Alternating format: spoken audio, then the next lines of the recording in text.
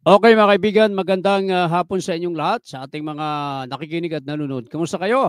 Lalong-lalo ng ating mga kababayan na suki natin mula diyan sa ibayong dagat. Shout out sa inyo mula diyan sa Japan, Singapore, Taiwan, Malaysia, Hong Kong, Brunei, USA, Switzerland, Australia, Sweden, at marami pa ibang bansa na nakikinig at nanonood sa atin ngayon mga kaibigan. Ito, pag-usapan natin ang issue sa politika mga kababayan.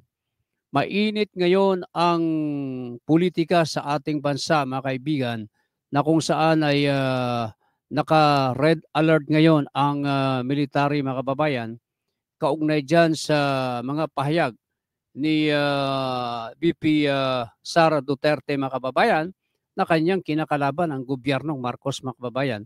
Sa kabila naman ng pagkaabala ng ating military sa issue ng pagbibigay ng seguridad sa ating bansa.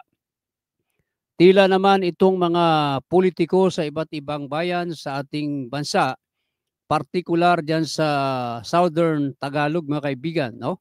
Sa lalawigan ng Cavite, nakatanggap po tayo ng report na tila mga tuod na hindi kumikilos ang mga chief of police sa lalawigan ng Cavite at maging ang mga alkalde, mga kababayan, na ayon sa sumbong na nakarating sa atin ay kinukonsinti raw ng mga alkalde ang mga illegal gambling katulad ng sakla. Alam naman po natin pag sinabing sakla, wala kang kapanapanalo dyan. Bukis ng STL at yung color game na kinahuhumalingan ng ating mga kababayan, no, na kung saan maging ang mga batang mag-aaral ay natatalo diyan sa pagtaya ng sugal na color game. Ha? Eh bakit nga ba hindi inaaksyonan niya ng mga chief of police at maging ng mga mayor sa lalawigan ng Cavite at maging si governor, yung batang-batang governor, si Governor Atena Tolentino, mga kababayan, no? Batang-batang governor ito. Ito yung dating vice governor na umaktong governor sapagkat naitalaga sa DILG si Governor John Vic Rimulya, mga kababayan, no? Dapat dito si Governor Atena Tolentino ay umaksyon ito at napapabalita na tila alam daw ni Governor Atena Tolentino ang paglaganap ng illegal gambling sa buong lalawigan ng Cavite. Hindi ho biro ito at tayo hindi naniniwala na itong mga illegal gambling na ito katulad ng color game, sakla, bukis ng STL ay papatulan ni Governor Atena Tolentino na alam naman natin mayaman ang pamilya nito. At ito namang mga chief of police sa nakarating na sumbong sa atin, tila nagpapabaya din sila at alam daw nila yung mga illegal gambling dyan sa kanilang area of responsibility mga kababayan. Lalo na itong mga mayors sa babanggitin nating mga bayan dahil malinaw po yan na ang illegal gambling ay labag sa Presidential Decree 1602 mga kababayan at pinalakas pa yan ng Republic Act 9287 mga kababayan. Mas malaking piyansa sa sino bang mahuli ng illegal gambling na yan.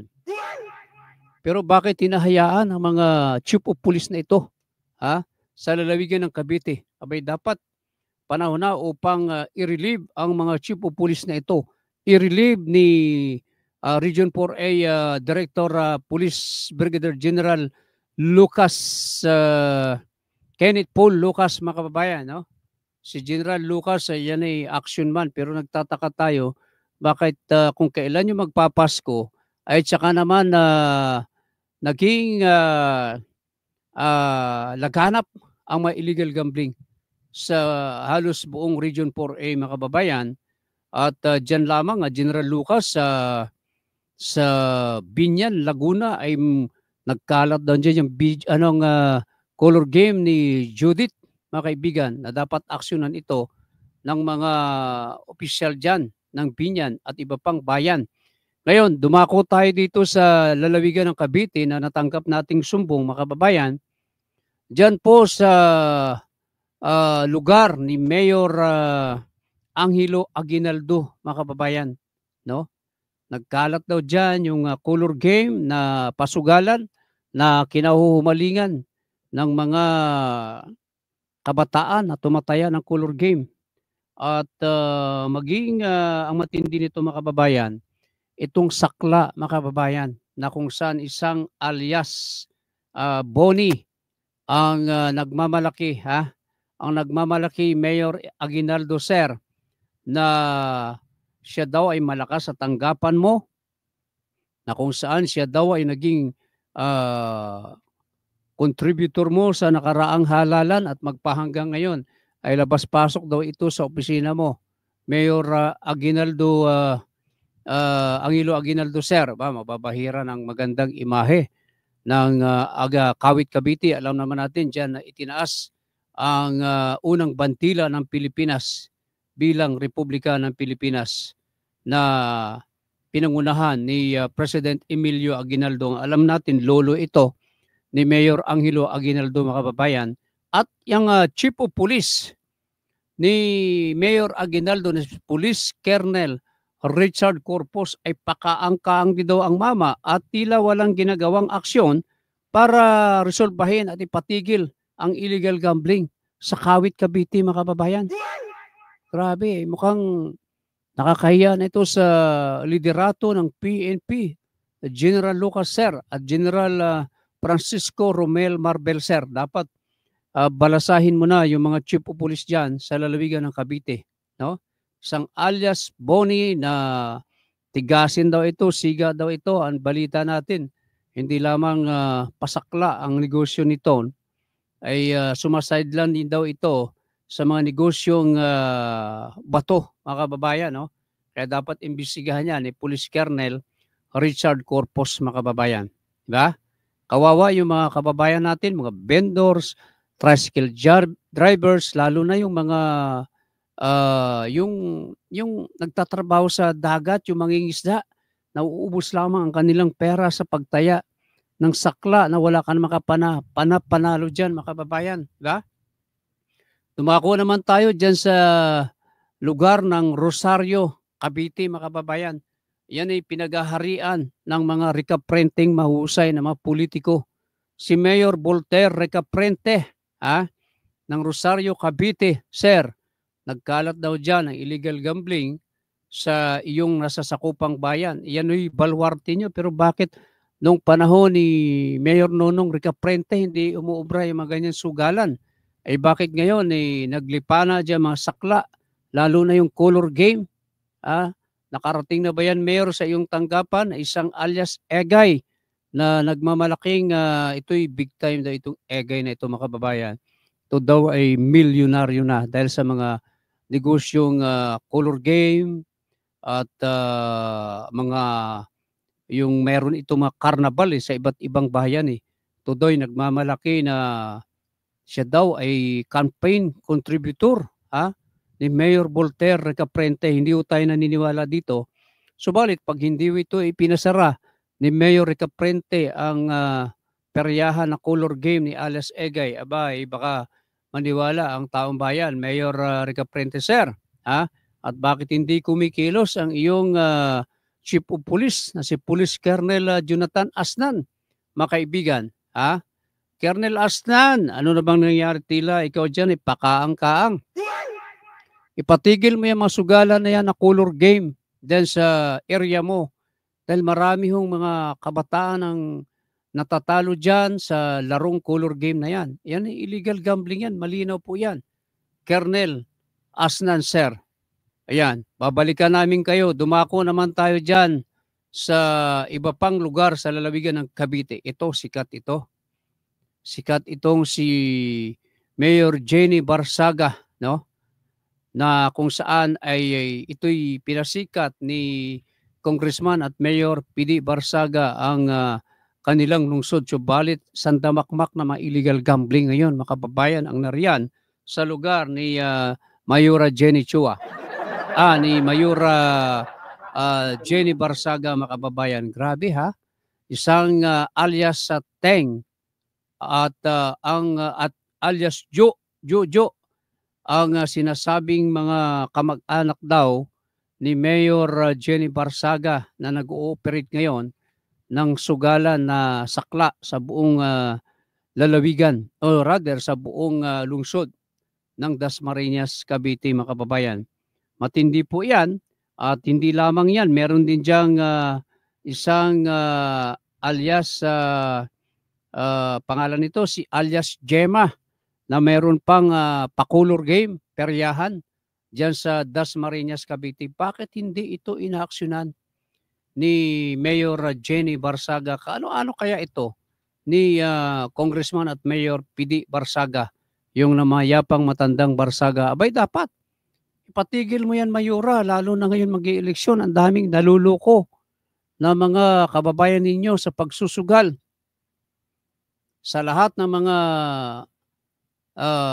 politiko, mga mayor dyan na hindi kumikilos sa kanilang trabaho para patigilin yung mga illegal gambling na yan. Abay, mag-isip-isip na kayo, mga kababayan, yung inyong leader na inyong pinagkatiwalaan, bakit hindi umaaksyon? Sa totoo lamang po, ang Cavite ang tila number 1 sa illegal gambling. O nariyan din si Mayor Randy Salamat, mga kaibigan. Yan po ay Mayor ng Alfonso, Cavite, mga kababayan. At ito, may nakarating din na sumbong sa atin na dyan si Mayor Randy Salamat ay meron ding pasugalan dyan sa kanilang lugar. Itong si alias Jessica, kung tawagin nila, si Madam Jessica ay meron din daw illegal gambling na color game. No? Peryahan, ang front lamang ay peryahan, mga rides, pero napakaraming sugalan sa loob ng kanilang rides na yan na color game. Abay, dapat hindi pinahihintulutan yan, ha? Ni Mayor Randy Salamat. No? Magaling daw yung mama na yan.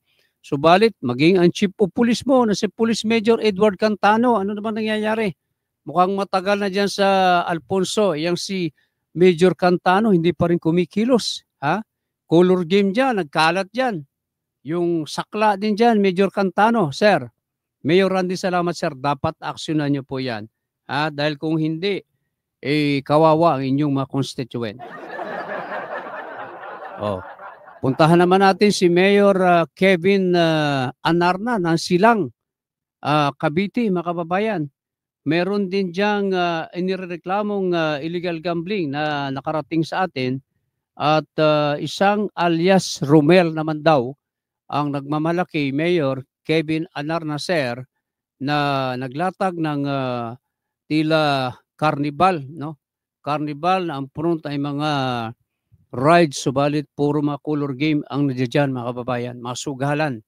Ha? Bakit hindi inaaksyonan yan ni Mayor Kevin Anarna ng Silang, Cavite, mga kababayan, at maging itong kanyang chief of police, na si Police Lieutenant Colonel Louie Gonzaga, isa ring pakaangkang din ang mama at wala din namang ginagawang aksyon. Dapat trabaho ninyong sugpuin ang illegal gambling. Malinaw po yan, sa direktiba ni DILG Secretary John Vic Remulla at ang dating DILG Secretary Benhur Abalos na lahat illegal yan. At maging si Senador Bongo ay nagpahayag dyan na kung ayaw ng mayor, ng chief of police ay walang illegal gambling. Ito, papakita muna natin itong bago yan.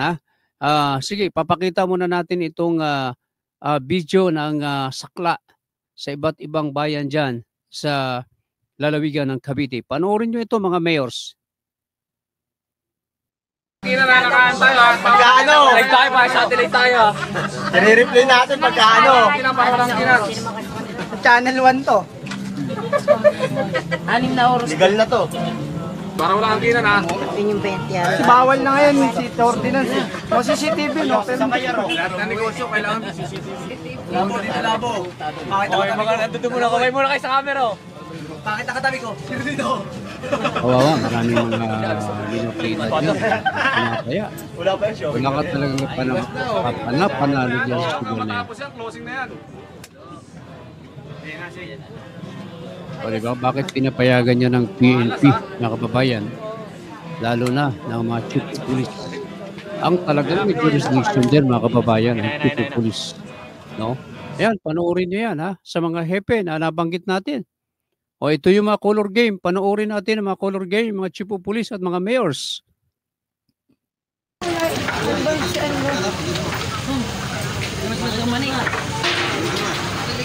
dyan, yung mga tayaan, no?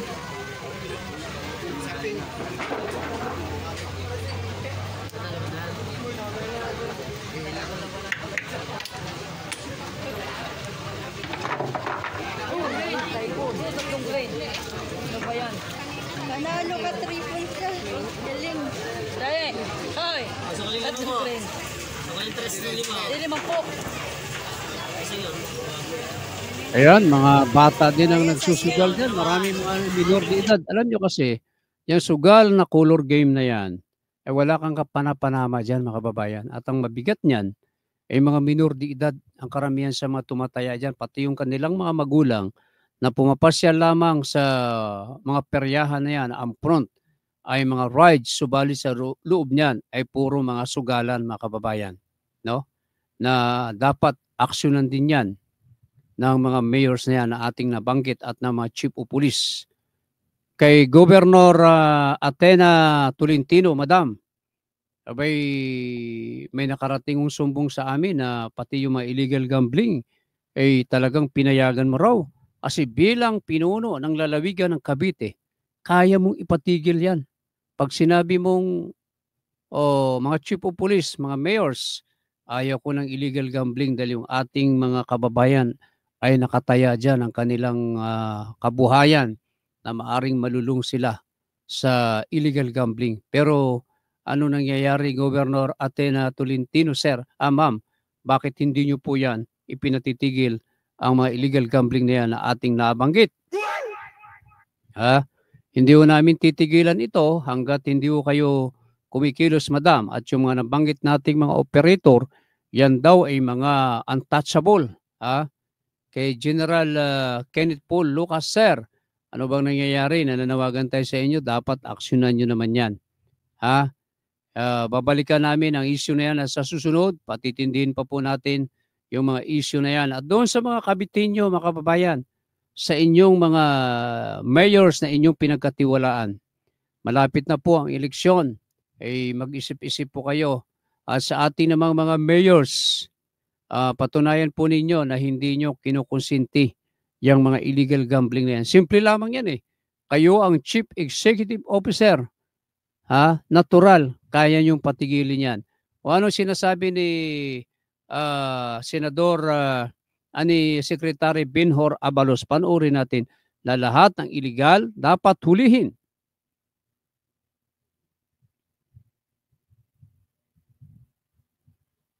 Si DILG Secretary Benhur Abalos sa patuloy umanong operasyon ng mga iligal na sugal, pero masosolusyonan naman daw yan sa tulong ng mga lokal na pamahalaan at pulisya. Nakatutok si Cedric Castillo. Kahapon sa press briefing ng Malacanang, nagbabala si DILG Secretary Benhur Abalos. Lahat ng illegal dapat lamang hulihin. Wala pang pahayagang Philippine National Police. Malinaw po yan, mga kababayan. Dating Secretary Benhur Abalos ng DILG na kaya lamang nagbitiw yan dahil tumatakbong senador, mga kababayan. Magaling po yan. Ito, panoorin natin sinasabi ni Senador Bongo na ito'y dating little president noong panahon ni Duterte. Pero alam niya ang sitwasyon na kung ayaw ng mayors, ayaw ng chief of police, ay walang illegal gambling. Panoorin natin. Ako po, sangayon po ako dyan. Hindi lang po sa pagpatay. Tama po yung one strike policy. Alam nyo, halimbawa sa isang lugar, sa isang syudad, sa isang probinsya, alam nyo kung ayaw ng pulis at ayaw ng mayor, ayaw ng executive, hindi talaga mangyayari yan. Ibig sabihin, maaaring may lulusot, maaaring, halimbawa, sugal. Pag ayaw ni chief of police, ayaw ni mayor, hindi talaga pwede yan. Pag ayaw ng pulis, ayaw ng mayor, itong mga illegal na activities na ito, hindi talaga pwede yan. Malinaw na, mga kababayan. Salutin mo ninyo. Napakalinaw po yan. Pag ayaw ni Mayor, ayaw ng Chief of Police, wala talaga illegal gambling. Pero bakit hinahayaan nyo? At nagagamit pa inyong pangalan ng mga operator na ito na nakakalagkad na inyong pangalan. Katulad ni Egay ng Rosario, Cavite. May color game dyan na malakasan sa Rosario proper. O si Bonnie na may sakla sa buong bayan ng Kawit na hindi rin inaaksyonan ni Police Colonel Richard Corpus at si Mayor Angelo Aguinaldo sa Dasmariñas, Cavite. Nariyan din si alias Teng na halos lahat ng mga barabarangay na matatao ay may mga operasyon ng sakla si alias Teng. At bakit hindi inaaksyonan ni Mayor Jenny Barsaga at ng kanyang Chief of Police na si Police Colonel Julius Balano? Babalikan namin yung issue na yan. Dumako naman tayo sa Bulacan. Nakatanggap po tayo ng report na dyan daw sa San Miguel, Bulacan ay merong tawag sa atin na dyan sa may barangay San Jose, San Miguel, Bulacan. No? Meron daw dyan ngayon itinatayong color game na malakasan na peryahan na front ang mga rides. Subalit ay puro sugalan ang sa loob na nito. Iyan daw ay pinayagan at kinonsinti ni Mayor Roderick Chongson, mga kababayan. Malino pong sinabi natin ni Bongo na kapag ayaw ni Mayor, ayaw ni Chief of Police, ay wala talagang illegal gambling. O tingnan mo si Mayor Roderick Chongson, yan pa naman ay re-electionist. Pero bakit kinukonsinti mo, Mayor Roderick Chongson?